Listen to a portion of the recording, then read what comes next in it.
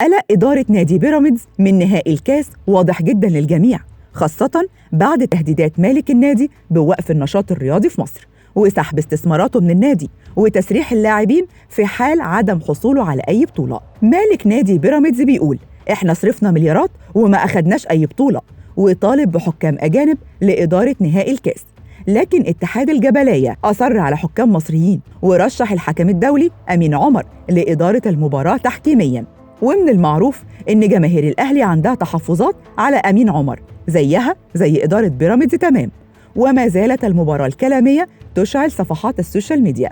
لكن الحاج عمر والد الحكم أمين عمر طلع النهاردة بتصريح لتهدئة الأجواء ولحماية ابنه من القيل والقال. والد أمين عمر بعت رسالة عاجلة لنجله والجماهير الأهلي ولإدارة بيراميدز، قال فيها: ابني مش أهلاوي ولا زملكاوي، اختيار ابني لإدارة نهائي كاس مصر هو تكليف وليس تشريف. ابني انتمائه الوحيد لمصر ولنفسه وليس للأهلي أو الزمالك. والد أمين عمر بيقول في رسالته: ابني متعود على الضغط الجماهيري، وأمين عمر لو بيحكم في مباراة ضد أبوه برضه هيحكم بالعدل.